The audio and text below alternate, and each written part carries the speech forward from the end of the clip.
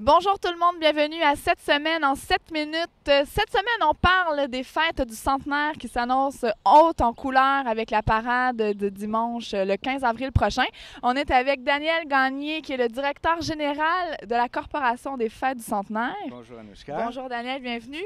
Et aussi avec Marco Cagliari. Bravo. Je l'ai bien dit, hein? Très bien, ça? Anouchka. Voilà, super. Qui va être un des invités d'honneur de cette parade-là dimanche prochain et qui est aussi spécialement pour l'occasion notre musicien invité de cette semaine. Cette semaine en Saint-Michel, un locataire d'un immeuble situé sur le boulevard Saint-Michel s'est fait expulser de son logement par son propriétaire qui a été forcé de le mettre à la porte puisqu'il ne payait plus son loyer. L'expulsion du locataire en question a créé d'importants problèmes de circulation sur le boulevard, étant donné la quantité impressionnante de meubles et d'objets que contenait le petit 3,5. Le locataire, il ne paye pas le loyer. Le Forum jeunesse de Saint-Michel organisait une assemblée générale au centre René Goupil pour élire son nouveau conseil d'administration. De nouvelles priorités d'action verront bientôt le jour dans le forum. C'est à suivre. Un peu de sport dans Saint-Michel, puisque samedi le 7 avril dernier, le fondateur du gym Ness Martial, Ali Nestor-Charles, a été sacré champion du monde UBO après avoir remporté la victoire contre le Mexicain Martin Avila, qui l'a mis KO au 8e round. L'intégralité des profits de la soirée a été versée à l'organisme Ali et les Princes de la rue pour financer équipement et prochains voyages.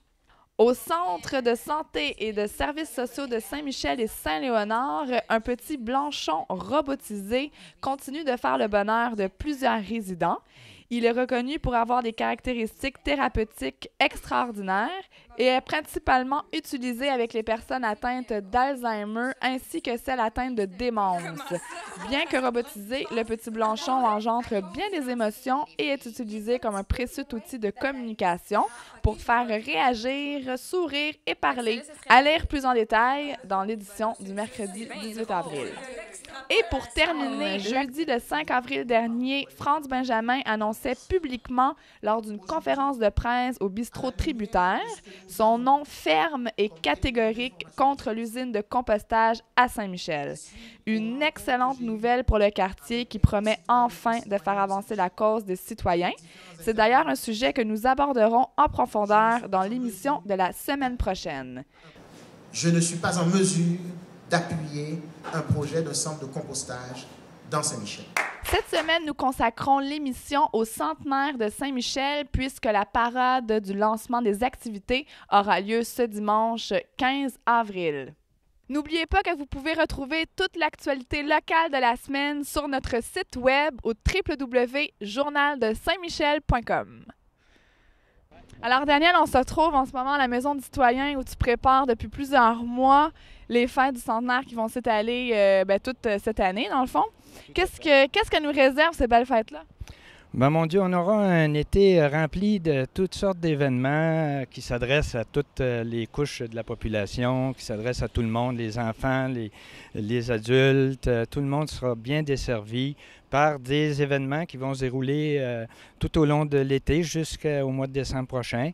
Et il y en a plusieurs par mois, chaque mois. Et également, donc, ces événements-là sont organisés par les gens du milieu, pour les gens du milieu. Alors, ça risque d'être une fête des plus attrayantes et stimulantes. Est-ce qu'il y a un endroit où on peut voir justement toute cette programmation-là, ces activités? Oui, tout à fait. À compter de dimanche prochain, le 15 avril, qui est une date historique là, pour la célébration du centenaire de Saint-Michel, il y aura donc le défilé pour le lancement de la programmation, mais on va dévoiler à ce moment-là le site web qui va contenir toutes sortes d'informations très pertinentes. Là. En l'occurrence, la programmation complète qui sera affichée et on aura également là, différents documents qui font appel à la mémoire d'antan. On aura le profil de quelques personnalités émergentes du quartier, dont notre ami Marco. Et puis, ce sera riche de toutes sortes d'informations. Et Marco, justement, tu es né dans Saint-Michel et maintenant tu viens apparemment de t'acheter une nouvelle demeure toujours dans le quartier. Oui, je suis né à Saint-Michel. Mes mes parents ont acheté leur première maison, leur seule et unique maison, pas loin d'ici, en fait. Et moi, je suis allé à l'école à Saint-Damas, puis je suis allé au secondaire à Joseph-François Perrault. Ici, c'était mon parc, c'était le parc où on faisait toutes nos activités totalement. Et maintenant, je suis plus à l'est, dans le quartier Saint-Michel, à côté du parc Tillemont. Fait que c'est vraiment très sympathique. La parade part au parc Tillemont dimanche prochain. Dans la programmation, on a des événements qui en sont à leur 5, 6, 7e édition.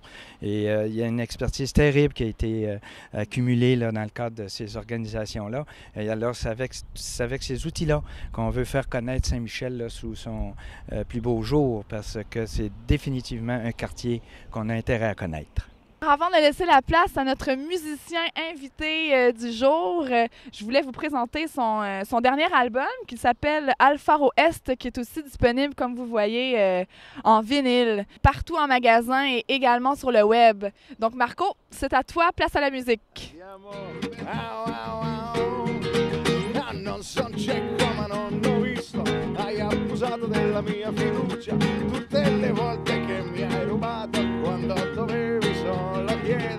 Nostra amicizia adesso è una festa, è triste perdere un amico.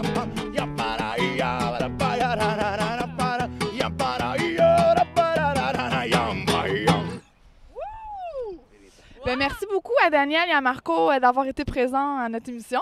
C'était bien le fun de vous recevoir. Puis bonne parade. On sera là, bien sûr. Vous allez pouvoir tout voir en images dans l'édition de la semaine prochaine. Et pour finir, avec une petite citation sur l'histoire aujourd'hui de Charles Seignobos qui disait que l'homme instruit par l'histoire sait que la société peut être transformée par l'opinion, que l'opinion ne se modifiera pas toute seule et qu'un seul individu est impuissant à la changer. Mais il sait que plusieurs hommes opérant dans le même sens peuvent modifier l'opinion. Cette connaissance lui donne le sentiment de son pouvoir et la conscience de son devoir, qui est d'aider à la transformation de la société. Sur ces belles paroles, merci d'avoir été là et à la semaine prochaine!